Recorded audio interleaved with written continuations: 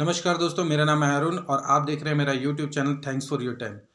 यहाँ पे मैं लीगल वीडियोस लेकर के आता हूँ। पिछली वीडियो में मैंने धारा नंबर 36 के बारे में बताया था। अब मैं आपको धारा नंबर 37 के बारे में बताऊँगा। धारा नंबर 37 कहती क्या है? भारतीय दंड संहिता 1860 धारा नंबर 37 ये कहती है कोऑपरेशन। कोऑपरेशन मतलब होता है कि एक दूसरे के साथ, ठीक है, एक दूसरे के साथ मिलकर by doing one of several acts, यानी कि बहुत सारे several acts constituting an offence. Constituting मैंने होता है बनाना या तैयार करना, ऑफेंस मैंने अपराध। जब एक या एक से अधिक व्यक्ति किसी अपराध को करने के लिए उसको अपराध यानी कि उस अपराध को अपने अंजाम तक पहुंचाने के लिए जितनी बार भी वो एक्ट्स करते हैं, यानी कि उसको एक्ट्स का मतलब है कार्य को करते हैं उसको अंजाम तक पहुंचाने के लिए, तो वो धारा 37 के हिसाब से अपराधी माना जाएगा। ये सिंपल शब्दों में है। अभी तक अगर आपको नहीं समझ आया तो आपको मैं इसको दोबारा बता देता हूँ। किसी भी अपराध को अंजाम तक पहुंचाने के लिए एक व्यक्ति हो या दो व्यक्ति हो, उनकी इंटेंशन ये है कि मेरे को उस अपराध को वहाँ तक पहुँचना है, मतलब कि उसको कर देना है, तो वो उस वहाँ तक पहुँचने के लिए जितनी बार जो कार्य करेगा वो धारा 37 के अंतर्गत आते हैं। अब हम इसमें 3 उदाहरण दिए गए हैं, उस उदाहरण के थ्रू समझते हैं। जैसे कि मान लीजिए ए और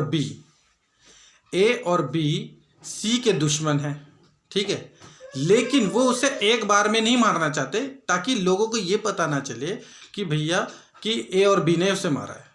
तो ए क्या करता है, सी को खाना देता है, उसमें थोड़ा जहर मिलाता है, इतना जहर मिलाता है कि उसको कुछ इतना हो ना, लेकिन उसको हर दिन होता रहे।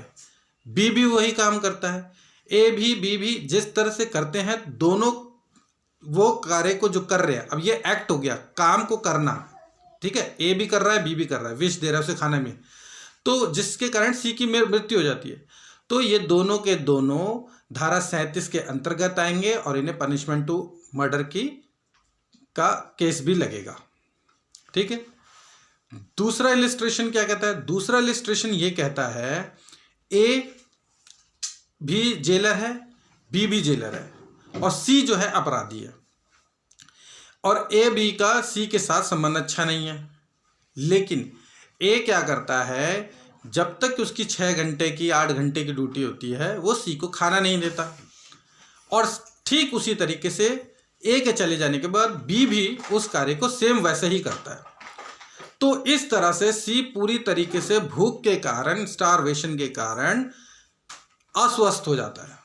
अस्वस्थ होने के कारण उसको कोई बीमारी हो जाती है या जो भी हो जाती है और वो मर जाता है। और अगर किसी तरीके से ये इस बात का पता चल जाता है कि ए और बी जो दोनों इस कार्य में के लिए जिम्मेवार थे, तो उन पे धारा 37 भी लगेगी और मर्डर का भी केस लगेगा, क्योंकि उन दोनों ने इस काम को किया ना, बार बार किया, तो वो बार बार किया तो उसने धारा 37 को दर्शा दिया और मर्डर हुआ तो फिर वो मर्डर की सजा।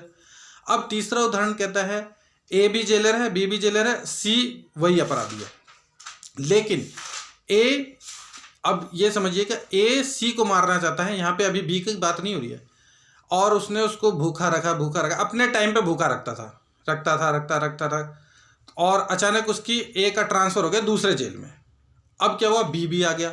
अब बी की भी अचानक उससे कोई दुश्मनी हो गई सी से या कुछ भी हो गया, जिसके कारण बी ने भी ये डिसाइड किया कि भैया मैं इसको ऐसे तो नहीं कर सकता, मैं भी इसे भूखा मारूंगा।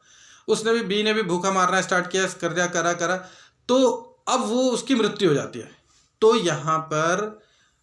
यहाँ पे धारा 37 जो है ए के लिए लागू नहीं होगी।